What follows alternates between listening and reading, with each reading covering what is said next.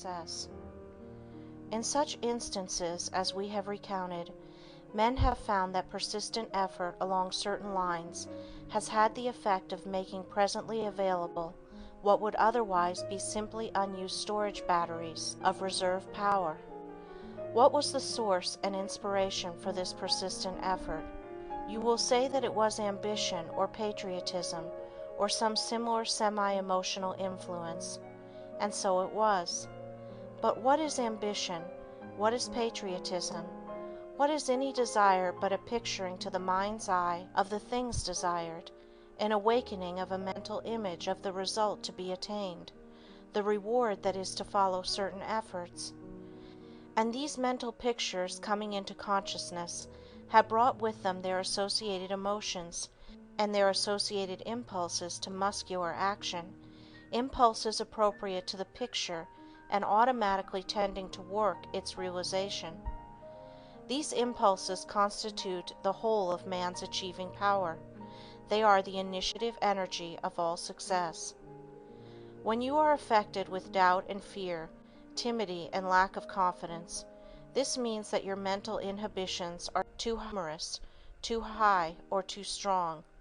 Remove them and access is had to the latent energy of accumulated and creative thought complexes. You will then become buoyant, cheerful, overflowing with enthusiasm, and ready for a fresh, definite, active part in life.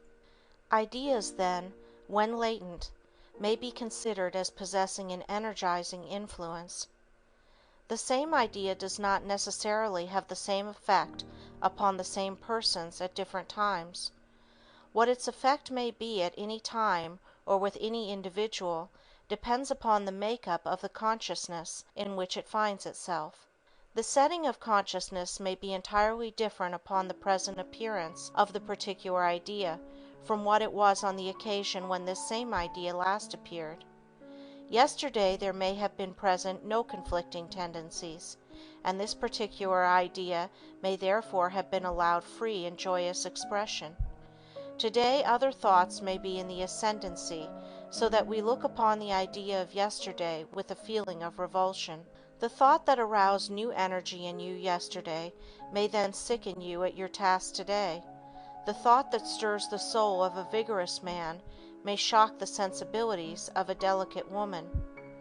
Yet there are some ideas to which all men in varying degrees seem alike to respond. How often in battle have the failing spirits of an army been revived by the appearance of the leader shouting his battle cry and waving his shining sword? How often have men been roused to heights of heroic achievement by the strains of martial music? How often have troops spent with exhaustion responded to the call of such simple phrases as "the flag," "our country," "liberty," or such songs as the Marseillaise, "God Save the King," "Dixie." These phrases are but the signs of ideas, yet the sounding of these phrases has summoned these ideas into consciousness, and the summoning of these ideas into consciousness has placed undreamed of and immeasurable foot-pounds of energy on the hair-trigger of action. And so it is with you. Down deep in the inmost chambers of your soul are untouched stores of energy that, properly applied, will exalt your personality and illumine your career. But to find and claim these hidden riches, you must persevere. You must endure. In a marathon race, it is endurance that wins. The graceful sprinter who is off with a leap at the bank of the pistol soon falls by the wayside. Life is a marathon in which persistence triumphs. There are many good starters, but few strong finishers. That is why the failures so outnumber the successes. The man who travels fastest does more than he is told to do. To merely comply with a fixed routine is to fall short of one's duty. The progressive man adds to the work of today his preparation for the work of tomorrow.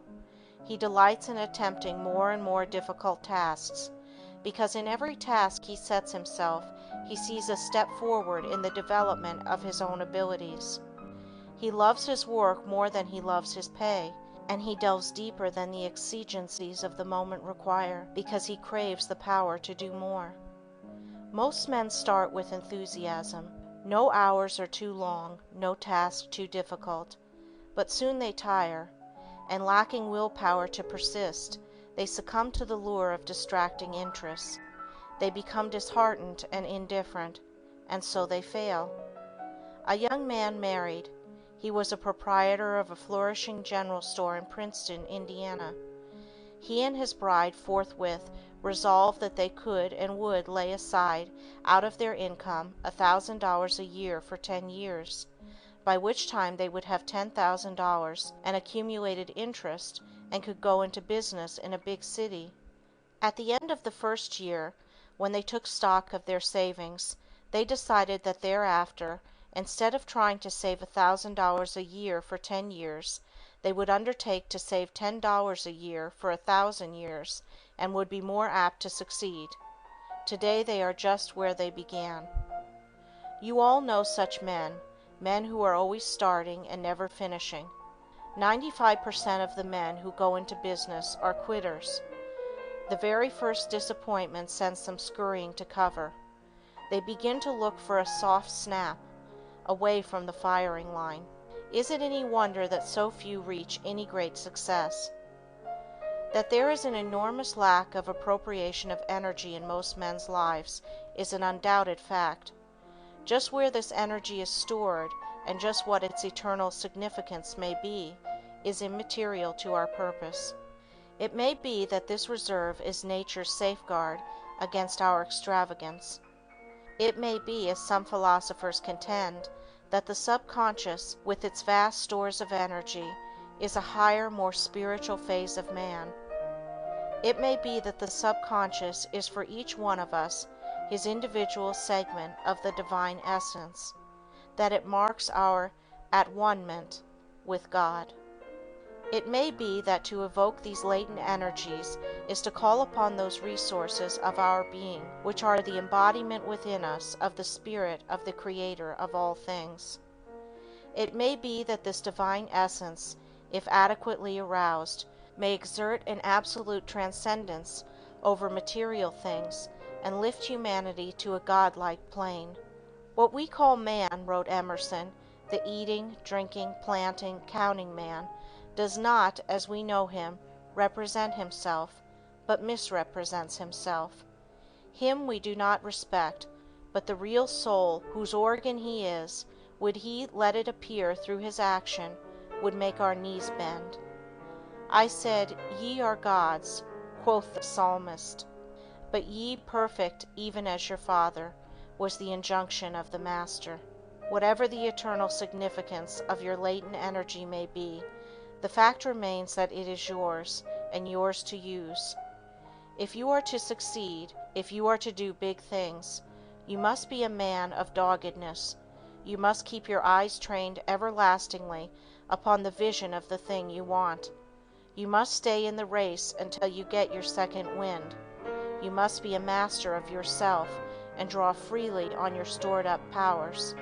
Do as we shall tell you in this course, and you will become a master man, the kind of man who lasts, the kind of man who works his imagination overtime, the kind of man who can strain his energies to the utmost, and then, finding himself still a failure, can rise like the glow of the sun to do bolder and bigger things, the kind of man who wins.